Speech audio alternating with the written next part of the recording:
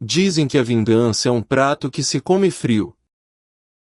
Mas quem inventou essa frase não entende nada sobre destruição. A vingança perfeita não é fria, ela é cirúrgica. É uma equação matemática. O segredo não é gritar ou fazer um escândalo no meio da rua. O segredo é ter paciência.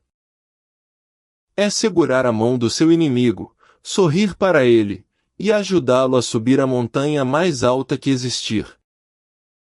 Porque quanto mais alto ele estiver, mais ossos ele vai quebrar quando você o empurrar do penhasco. Meu nome é Helena. Sou auditora forense sênior. E aquele homem no palco, sorrindo como se fosse o novo gênio da tecnologia, era o meu marido. Faltavam exatamente 3 minutos para ele apertar um botão e lançar o seu tão sonhado aplicativo de saúde, coroando-se o novo milionário do pedaço. E faltavam exatamente 2 minutos e 50 segundos para a Polícia Federal arrombar as portas desse salão com mandados de prisão por formação de quadrilha, fraude financeira, falsidade ideológica e estelionato. Tudo isso graças a um dossiê de 300 páginas que eu mesma construí e entreguei nas mãos de um juiz federal. Esta é a história de como o meu sacrifício virou o meu ódio, e de como eu transformei o sonho dourado do meu marido no seu velório em praça pública. Durante 5 longos anos, eu fui o pilar invisível que segurava o teto da nossa vida. Eu trabalhava 14 horas por dia, auditando contas de grandes corporações para garantir que a nossa luz não fosse cortada e que o prato de comida estivesse na mesa. O Marcos não trabalhava de forma convencional. Ele tinha projetos. Ele era um empreendedor. Um visionário injustiçado, segundo ele mesmo. O Marcos me convenceu de que o seu aplicativo revolucionaria o mercado fitness. Mas revoluções custam dinheiro. E o dinheiro saía do meu suor. Eu banquei os servidores de internet da empresa dele. Eu paguei os ternos caros que ele usava para ir a reuniões que não davam em nada. Eu cortei as minhas idas ao salão de beleza, deixei de comprar roupas para mim e economizava moedas no supermercado para que ele pudesse viajar e fazer contatos. O nosso acordo era sagrado. Ele me olhava nos olhos e dizia: "Aguenta só mais um pouco, meu amor. Quando esse aplicativo decolar, a gente vai ter a nossa casa com quintal e eu vou te dar o filho que você tanto sonha." Eu acreditava. Como uma idiota apaixonada, cega pela promessa de um futuro que, na verdade, nunca me incluiu. Mas ela ainda não sabia do pior. O primeiro sinal vermelho não foi uma traição escancarada. Foi uma pequena rachadura na confiança. Eu estava revisando as contas da casa quando vi um lançamento estranho no cartão de crédito dele, que eu pagava. R$ 3.000 em um spa de luxo numa tarde de quarta-feira. Quando eu perguntei gentilmente sobre o gasto, a máscara do bom moço caiu. Ele levantou do sofá e começou a gritar. Ele me acusou de ser louca, controladora, de sufocar a criatividade dele. Ele disse que o spa foi um presente corporativo para a esposa de um investidor crucial, e que eu, com a minha mentalidade pequena e pobre, ia acabar arruinando o negócio bilionário dele por causa de ciúmes infundados. Aquele era o modus operandi dele. Fazer com que eu me sentisse culpada por cobrar o básico. Ele inverteu o jogo tão perfeitamente que eu acabei pedindo desculpas por ter perguntado sobre o dinheiro que eu mesma havia trabalhado para ganhar. Essa manipulação adoece a alma de uma mulher. Mas o que ele esqueceu é que, debaixo da esposa exausta, morava uma das melhores investigadoras de fraude do país. E a minha intuição não podia ser calada para sempre. Mas o verdadeiro horror ainda estava por ser desvendado. A verdade começou a emergir semanas depois. O Marcos odiava a burocracia, então as senhas bancárias da empresa dele ficavam comigo para que eu fechasse o balanço no fim do mês. Foi aí que eu vi um pequeno vazamento em um cano que parecia inofensivo, pagamentos recorrentes de R$ 5.000 mensais, lançados como consultoria de imagem, indo para uma agência chamada Vitality Marketing. Achar o destino de dinheiro é a minha especialidade. Eu entrei no sistema da Receita Federal e puxei o CNPJ daquela agência. O coração congelou no meu peito. Era uma clássica empresa de fachada. Capital social de R$ 100, sem funcionários. E o nome da única dona no contrato social? Patrícia. Patrícia. A jovem diretora de marketing que o Marcos havia contratado havia 1 ano e meio. A mesma criatura simpática e sorridente que mandava cestas de Natal para nossa casa, com cartões que diziam para a família do meu chefe querido. Mas a descoberta chocante estava prestes a se tornar um buraco sem fundo.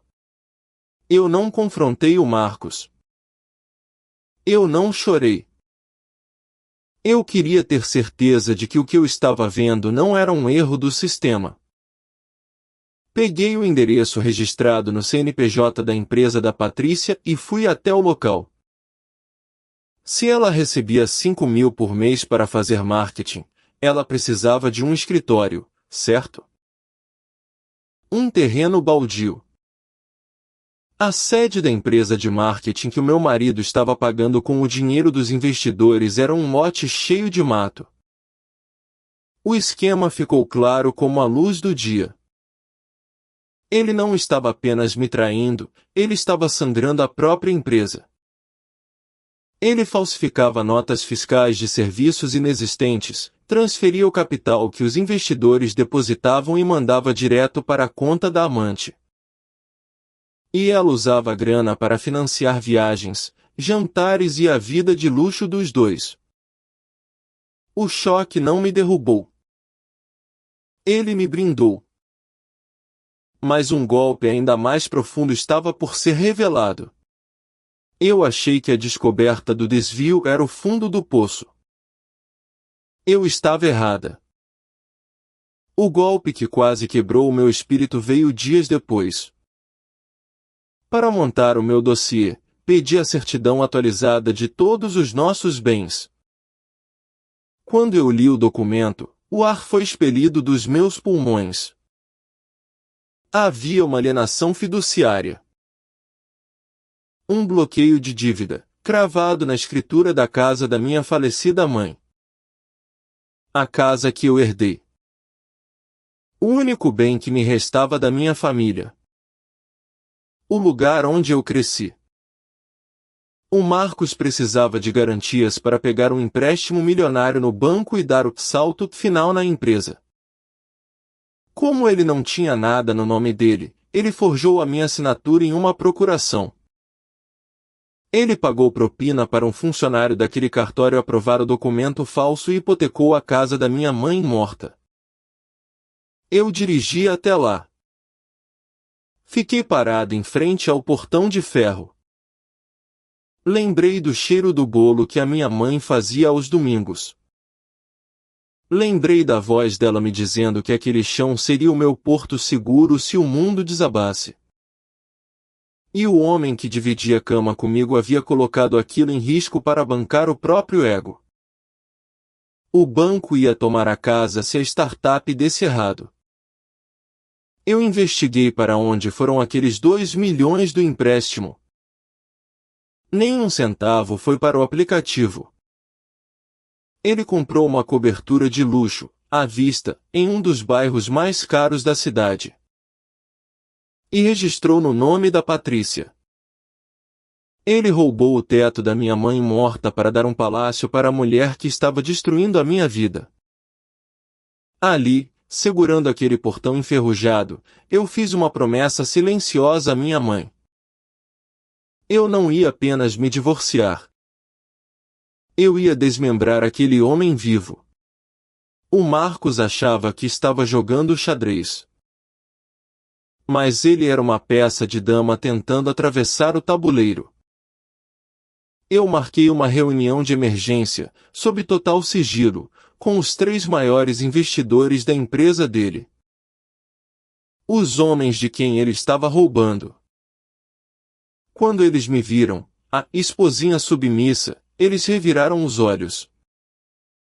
Mas eu não fui lá pedir esmola.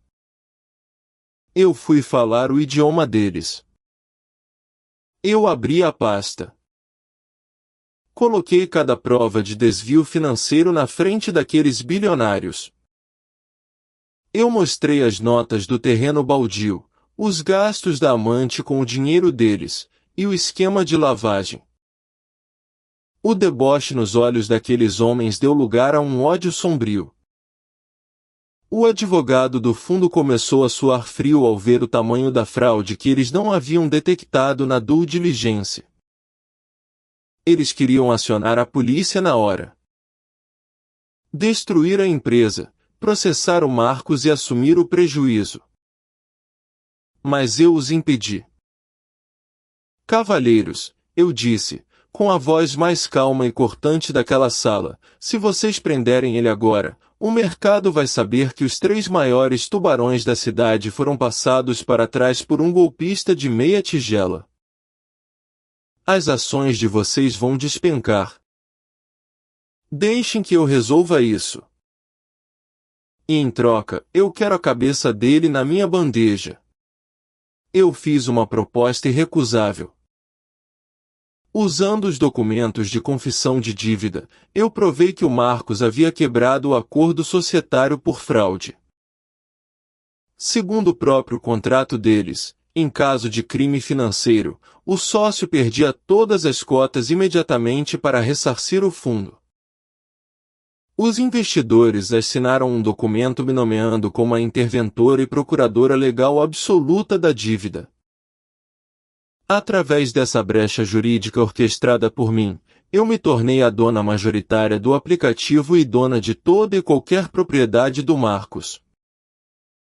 Ele não era mais apenas o meu marido traidor. Ele era um devedor sem teto. E o credor era eu. A ratoeira fechou. Faltava apenas a humilhação em praça pública. A noite de lançamento. A imprensa inteira estava lá. O Marcos estava no palco, vomitando discursos prontos sobre saúde mental, integridade e salvar o mundo. A Patrícia aplaudia na primeira fileira, a amante sentada no trono que eu construí. E foi nesse exato momento que eu decidi encerrar a carreira dele. Ele veio até mim, sussurrando para que eu descesse do palco, achando que eu estava ali para dar um escândalo passional. Eu o ignorei. Fui direto até a mesa técnica. Sem olhar para o DJ, arranquei o cabo de transmissão de imagem do notebook do Marcos e conectei no meu próprio tablet. O gigantesco telão de LED atrás do palco piscou e a tela de apresentação do aplicativo sumiu.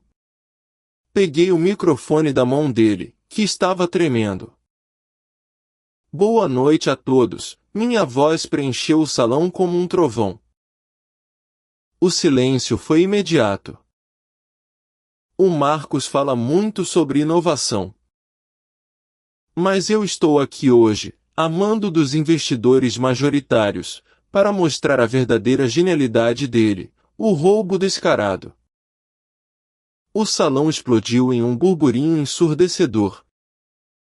Eu passei os slides. Mostrei para 200 pessoas, incluindo repórteres de tecnologia, como o gênio empreendedor fraudava as próprias contas para bancar o apartamento milionário da diretora de marketing que estava sentada ali na primeira fila. O pânico nos olhos dela era poético. Ele avançou na minha direção para me agredir, gritando palavrões e prometendo me destruir. Ele só parou quando ouviu o destravamento das armas. As portas foram abertas com violência. Agentes da Polícia Federal fortemente armados entraram correndo pelas 3 portas do salão. O mandado que eu protocolei estava sendo cumprido ali, ao vivo. A festa de milhões se transformou em uma cena de prisão. A Patrícia tentou dar uma de vítima. Não adiantou. O apartamento que o Marcos comprou com dinheiro roubado já estava bloqueado pela justiça, assim como todas as contas bancárias dela. Ela voltaria para a casa de metrô e não teria um teto para dormir naquela noite. O Marcos foi levantado do chão, com as mãos algemadas, algemado pelas próprias mentiras. Quando ele passou por mim, escoltado para a viatura, ele não era mais um CEO. Era um rato encurralado.